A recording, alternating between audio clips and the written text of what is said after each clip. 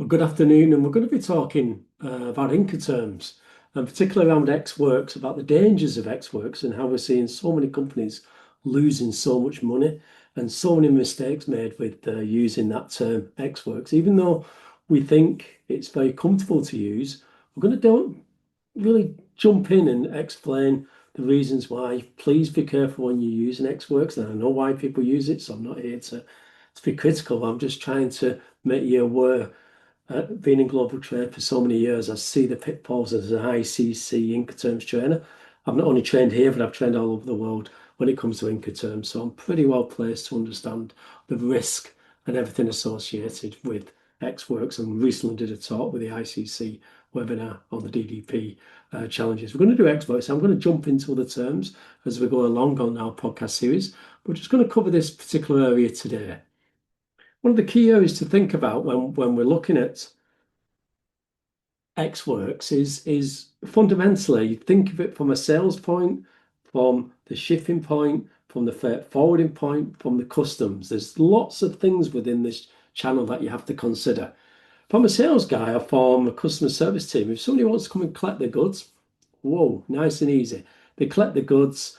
Why do I have to worry? This is my land, this is my cost for my premises. I want to then invoice. So I get an order, I get my purchase order through, and I don't care when they come and collect the goods because it's Ex Works, it's arranged. So under Ex Works, it's arranged by the buyer. So the seller's only obligation is to have the goods ready, ready to export. So they have to be complete, they have to be repacked in a suitable condition on a pallet, etc. On the right pallet as well. Always remember it has to be on a standard pallet and also an ISO pallet or an ISM pallet to make sure that it meets the criteria, or we call it plastic pallets, or anything around the heat treated pallets. Anything you hear in them terms, it means that the pallet, it can be shipped across the road into the EU or on a container, and when it arrives on the other side, there isn't any challenges there, because there's lots of challenges within pallets when they arrive at and they're checked, and if they're not on the right pallet, you're in deep trouble as the exporter, not the importer, you as the exporter. So always remember that. Anyway, let's jump back on. So let's think about Ex Works. Now, where's the challenge? I'm a sales guy, gets a phone call, I've got an order, it's a big order, and I want to sell the goods. I agree, because the first point of contact is always the salespeople. It's never the shipping department or never the export department. If you've got a division above that, it'll always be them. They'll agree whatever terms they need because the salespeople, like I am, you'll agree to the best deal. But the pitfalls, so what are the pitfalls? Let's go through some of the pitfalls and understand why the pitfalls really are there and why they exist. Sales guys accepts, he gets purchase order and he agrees to Ex Works. He agrees and he gets invoiced. He's quite happy because he's invoiced the goods. Vehicle then comes and collects, takes days to come. The shipping department's chasing when are they going to come and collect, because we've got the goods ready in the warehouse to be collected. Driver turns up, and under Ex Works, actually, it's the driver's responsibility to load the vehicle. We know that doesn't happen in reality. So anyway, let's skip that, because we know this is where Ex Works really starts to have the challenges. So under Ex Works, it's up to the haulier or the freight forwarder to load the goods, but we know that doesn't happen. So anyway, you load the goods. He picks the goods up. Your buyer asks you for commercial invoice. They ask you to send over a commercial invoice, or the freight forwarder will ask you for a commercial invoice. You send that over, happy days, they come and collect it and off they go. Ships, and something happens on the way, and you have a phone call to say, can you just prove, because at the end of the day, you don't know what's on that. You've sent them the commercial invoice, but how do you know what's on there? Because remember, you give them that copy. You don't get a copy of that customs entry, because the relationship between the buyer and his forwarder is there unless you specifically ask. And again, we'll talk about this in a later podcast, because it's very important to understand the legality around this. Anyway, you don't get a copy of that. But let's just say something happens at the border or something, or there's some challenges, or you have an audit inspection. And through that audit inspection, they ask you for proof. What proof do you have that them goods have loaded? Well, I've had a purchase order and I've sent the goods. Yeah, but what proof have you got that them goods have actually shipped out of the UK? Because you've not put any VAT on it. Don't forget, it's an international sale. So on your international sale, there's no VAT. How do I know as an audit inspector that them goods have been shipped to where they have? You got proof that the goods have actually been delivered? No, but I've got proof that they're wholly collected. Don't care. Have you got proof them goods? You've got your customs entry proof that it's been cleared and can be left, and I'll talk about the UK in particular. Then goods can leave the UK, And secondly, have you got proof that the buyer received the goods? So you've got that full trail. No, I don't have any of that. Then, you're in a bit of deep water because there's a VAT issue, not just an issue that for proof, you've got a VAT that suddenly, from HMRC's point, and I'm talking UK just here specifically for everybody, so please, if you're from other countries, just assume of taxes in your country. Where's that pitfall? Also, what happens if you sold goods and they've not used the correct commercial invoice and they've undervalued the goods? I'm not saying they do that, but how do you know? So they've paid duty and taxes on their goods on their receiving country, but how do you know it's the £30,000 that you've invoiced? You've been paid 30,000, but how do you know he's paying the £30,000 tax in his country? What happens if you've got export controls or you've got any dual use? What control do you have? What happens if he sells that to someone else? So lots of pitfalls in there. So as a seller, you've got to be very clear.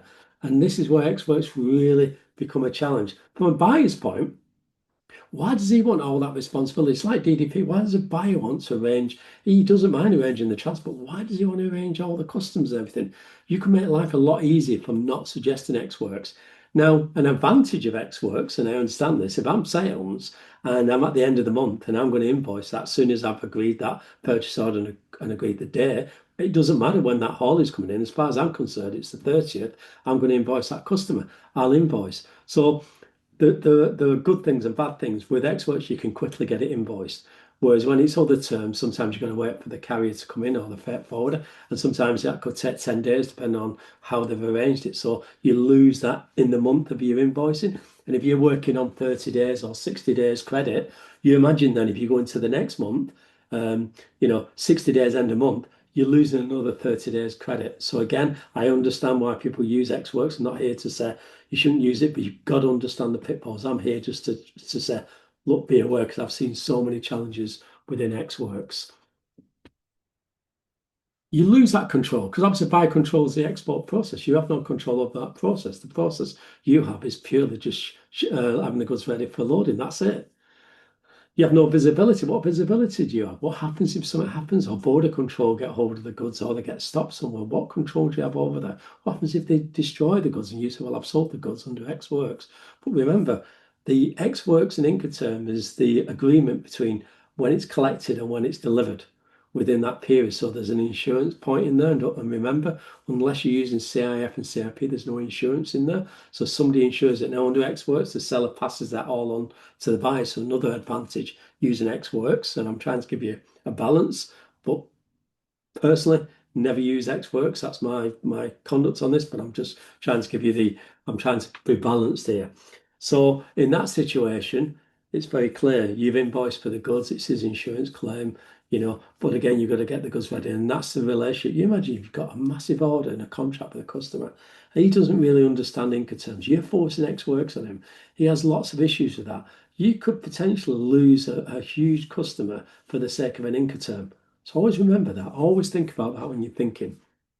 You're still very legally exposed, especially in an audit purposes. You've got to be able to prove all your documents, your customs entry, which you don't do, your delivery point when you delivered it. You've got to have all these things set in stone that when somebody audits you, you can prove that as an exporter, you meet all good compliance and you have all stored documents from your agreement. So when you get the email to the purchase order, again, the goods ready for confirm the order to send it, all them documents have to be together.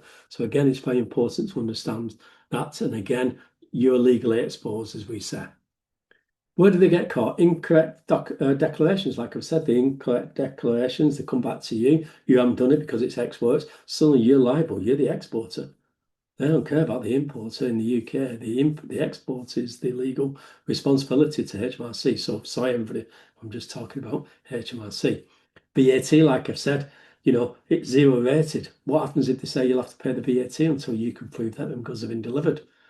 No proof of export. Again, like I said with the VAT, your audit risk, all these four key areas have a huge effect. And to be honest, they wear you down. We're seeing a huge amount of audits at the moment being done in the UK in particular. And this will only get higher and higher and higher. And these are the key areas that you will waste a lot of energy and time on, especially if you're going back to 2021, 2022. You try and get all your documents from your freight forwarder. good luck there. That's going to be a huge challenge. So again, start getting yourself prepared, because when that audit comes in, he'll still want to see all the documents. He don't care what terms you've used. He wants to see your export process. Despite the risk, it's one of the most widely used Incoterms. It's still used. People use it for the right and wrong reasons, but I understand why sometimes you use it, but you've got to outweigh the balance. So again, it's just, Xworks is easy. It's not easy. Xworks creates so much confusion. It's the lack of training, understanding, poor advice from partners, because it's easier. As an exporter, you should have control over your shipments. And Xworks, if you've got control over your export service, you shouldn't really be using Xworks unless you have very strict terms within that. I've seen some companies who use Xworks, but really it's FCA. But they use Xworks on the commercial invoice and things like that. But remember, when it's Xworks on a commercial invoice and you're doing FCA and you drop that cargo in your warehouse, or something happens in your warehouse, who's liable for that? In reality, it's your buyer, not you. You try working that out, or try confirming to your buyer that it's his responsibility. Good luck. It'd be a huge challenge for itself there. I'm going to talk about FCA. I'm going to do different podcasts on these kind of areas. As an ICC trainer, and delivering Incoterms in many, many different countries, it's the same issue wherever you are. And FCA is a good term to use because you suddenly take responsibility. The buyer still arranges the transport. The only thing you do now is you create the customs entry. That's your proof. That's your good compliance. That your proof that your goods have been authorised to be shipped out of the UK. So that's a good starting point. You also load the vehicle, but you pass on that responsibility. But again, I'm going to talk about these two key areas because FCA has two different areas: FCA place, FCA ports. And again, it's understanding the risk associated with FCA. Again, drop me notes, because I'm quite happy to delve deep into these areas. As a trainer, podcasts to me are quite simple to do because obviously I'm very experienced at this. But I want to kind of really give you them skills to really allow you to export in a very comfortable manner. It's very important. But if you get stuck, we do health checks. We have a newsletter that we send out every Wednesday. Join up or visit our website, have a look and see where we can support you. We're here. We've been doing exporting for many years, and I've also been a freight forwarder, so I had a freight forwarding business for many years. So again, look at these areas where you need that support. That's the whole point of the YouTube and the podcast, is to support exporters, global expansion, or exporters who want to carry on exporting but challenging times. Well, we're here to help you. We're here to support that. So again, thanks for joining us today. It's very important. And we're keeping the podcast not as graphic as we would do in normal times. And again, we'll make sure that we keep doing different podcasts and different subjects to keep you really, keep your mind active and enjoying. And again, drop us a note or subscribe. It's very important to me. Sometimes you feel like you're just sending things out, but we know by that people are watching our podcast, they are staying on there, and I'm trying to keep them not over, too long, so you can enjoy it. So again, thanks for joining us, and we look forward to seeing you on the next podcast. Thank you.